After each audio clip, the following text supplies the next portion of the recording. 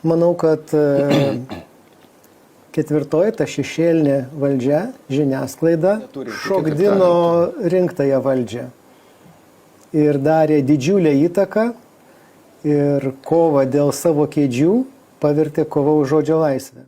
Tai paaiškinkit, ko neatspindi, ko jums trūksta LRT? Lygiai 100% pritariu Mindaugui Sinkevičiui. Pasižiūrėkime į populiariausių laikų transliuojamas laidas ir matome, kurioje pusėje yra visi laidų vedėjai. Ir ką jūs matote, pavyzdžiui? O jeigu mes matome laidą, kurioje dalyvauja Jakilaitis, Makaraitytė, Skirmantas Malinauskas ir berods jūsų pirmininkė, tai viskas suprantama, ką sako Mindaugas Sinkevičius.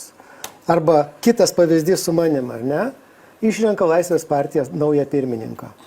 Į LRT eteris iš karto mane išrenka kitos partijos pirmininku.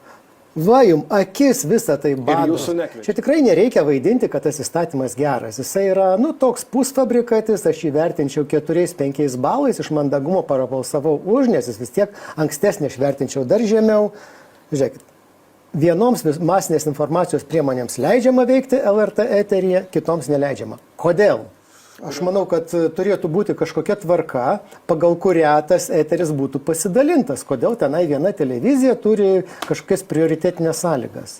Bet ko pasigendat, Rimai? Jūs kažkaip pasakot, bet nepasakot iki galo. Ko pasigendat? Tos vadinamos nesisteminės žiniasklaidos? Tų visų YouTube'inių kanalų. Taip, LRT yra mūsų visų išlaikoma. Tai kaip jie gali kviestis vienus ir nesikviesti kitų? Ir visi patinka, nepatinka nuostatos, patinka, nepatinka nuomonės, tu visi turi rasti vietą LRT turinį. Tokia jūsų pozicija. Vienareikšmiškai. Tai apie Žemaitaitį jie buvo pasakę net viešai. Jo nekviesime, nes jis toks ir anoks. Net neabejoju, kad ten yra didžiulis sąrašas, to ir ano nekviesim. Tęskim, nes aš matau tokį nuokrypį į tokį autoritarinę laikyseną ir ačiū Dievui, tokių partijų neturi jos įtakos valdančioje daugumoje, nes čia mes dar netokių pokštų išgirsim.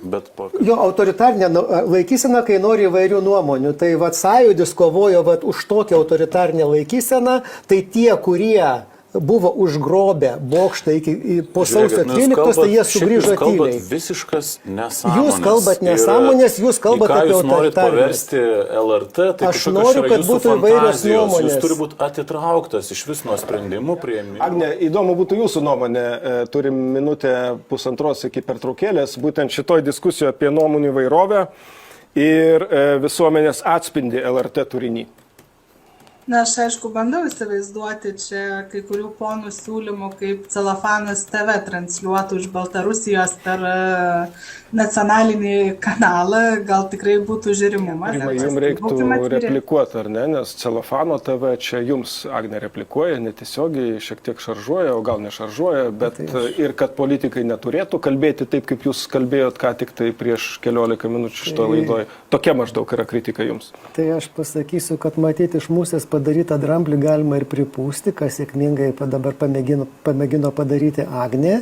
Tačiau priminsiu, kad tais laikais, kai mes buvome vienoj pusėje, COVID valdymo metu, neduosite man sumeluoti, LRT buvo absoliučiai vienos krypties gatvė, panašiai kaip rusiška Pravda arba Izvestijos.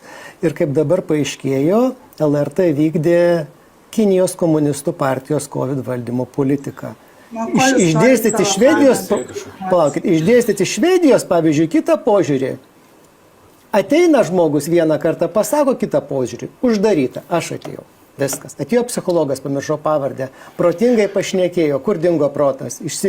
Sako, tai mąstykim. Viskas. Daugiau nebekvietė. Viskas. Ne tą pašnekė. Toliau. Pasižiūrėkim LRT tyrimų skyriaus šių metų tyrimus. Iš 10 5 Nemuno aušrai. Tai yra Nemuno aušros tyrimų skyrius. Nemuno aušra valdžioje, Rimai, primenu, ar ne? Bet jie yra visada dėmesio centre. Tie, kurie valdžioje yra dėmesio centre visada. Jo, bet pasižiūrėkime, pavyzdžiui, žiniasklaida, kur negauna pinigų finansavimo. Kokia Rasa Karmazaitė. Kontrabandą tyria, žmogus rizikuoja, va čia yra tikroji žurnalistika, o ne tas užsakomųjų straipsnių rašymas. Aš tik priminsiu, kad visa evoliucija kokia buvo nuo antisemitinės koalicijos iki noro pašeimininkauti Nemuno aušrai kultūros ministerijoje, iki bevaldystės kultūros sektoriuje ir galiausiai viskas sprogsta, kalbant apie LRT įstatymą.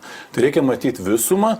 Ir gerai, kad dabar yra atsikvošėta ir iš tikrųjų nuo tų blogiausių ir labiausiai besikesinančių laisvą žodį siūlymų, buvo atsitraukta. Bet aš dabar apie laisvą žodį. Prisiminkite docentę Jolantą Mažylę, kaip tyrinėjo generalinė direktorė elgėsi ir atakavo ją vien už tai, kad nuėjo į televiziją, kuri Monikai, matote, nepatinka.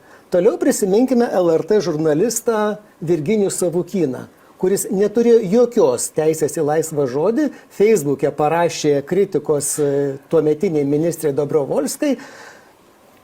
Na ir ką?